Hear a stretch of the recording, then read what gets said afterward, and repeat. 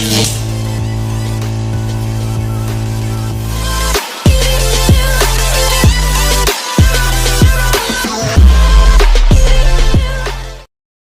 yon mga lodi, ito muna ang i-upload kong animation dahil may tinatapos pa akong isang animation na ni-request ng isa kong kaklase na si Raven Del Rosario. So gusto ko lang pala sabihin sa inyo na nakapasa pala kami sa defense namin nung Webes, April 10. Alam nyo ba, sobrang laking pasalamat ko dahil nakasagot na ako sa siguro 3 yata yung tinanong sa akin nun. Alam nyo ba na noong unang tanong sa akin is nagpapasalamat ako dahil yung katabi ko nun na si Raven Del Rosario, yung nag-request ng animation na gagawin ko is siya yung nagturo sa akin ng isasagot ko, kaya nakasagot ako nung una. English yun yung tinanong sa akin, kaya nasagot ko. Bali nung pangalawang tanong is yun, pang sariling ano ko na siya, experience.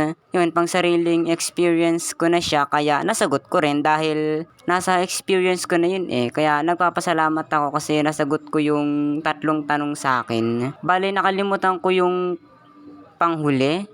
Hindi ko na naalala kung ano yung huling tinanong sa akin nun. Basta, ang sinagot ko ng panghuli is pagmamahal sa ginagawa.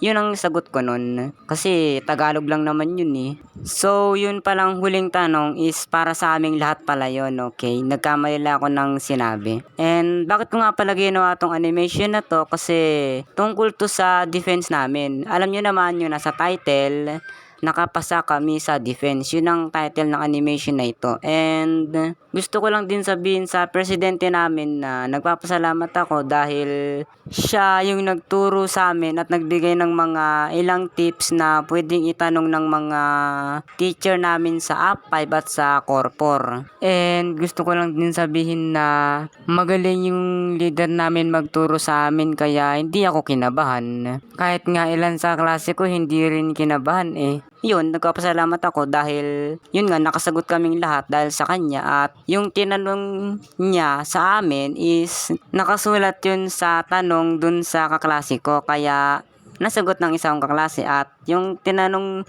sa akin is nasagot ko, at yung tinanong sa aming lahat is nasagot namin ng buo. Halos lahat ka ng tinanong sa amin is nasagot namin Lahat kami nakasagot at hindi kami na pressure, hindi rin kami nag-isa. So, ang gusto ko lang ipunto dito sa animation na ito sa mga grade 10 na magi-defense pa lang, sana hindi kayo ma-pressure dahil hindi ganun ka-pressure sa grade 10. Pero sa grade 11, kapag magdi-defense kayo is hindi rin siya nakaka-pressure, wag lang kayong kakabahan para hindi kayo mag-isa. Kasi once nakabahan kayo sa defense, magigisa talaga kayo. And yun nga, gusto ko lang din magbigay ng tips sa inyo sa defense para hindi kayo mag-isa. Pag tinanong kayo ng Tagalog, sagutin nyo ng Tagalog. Pag tinanong kayo ng English, sagutin nyo ng English.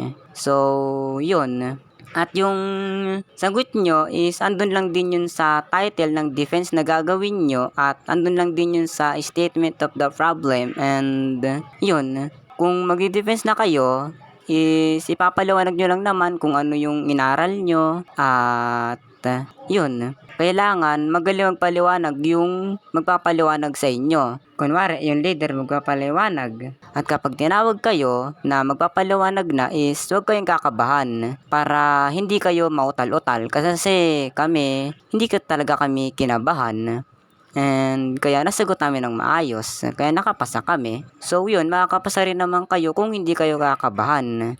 Yun lang ang masabi ko sa defense na inyong inaral or aaralin. So yun, marami lang pala akong isa-shoutout, kaya ginawa ko tong animation na ito dahil marami akong supporters sa eskwelahan namin, and yun, isa-shoutout ko lang sila. Kaya ginawa ko tong animation na ito. Okay, shoutout na tayo sa mga yums na kabatchmate ko na sila Janrel Vergara and Moises Meya. Nagpapasalamat ako sa inyong walang sawang pagsuporta sa akin kahit na minsan hindi nyo pinapanood mga video ko, pero nakasubscribe pa rin kayo sa akin, lalo na kina Marco Katungal o Katungal, basta Katungal, Austin Boncato at JC Grospe, and Zarin Egueño o basta Egueño, Patrick Calapini. Yon, shoutout pala sa inyong mga yums. At dito naman kina Raven Del Rosario, hindi ko na kayo isa-shoutout dahil pinapagawa nyo ako ng kwentong zombie stranded sa beach. Kaya ayun, sa mga classmate ko, hindi ko na kayo isa-shoutout. Kaya yun, hanggang dito na lang. Subscribe sa ating YouTube channel. Kita-kits sa bago kong animation na gagawin.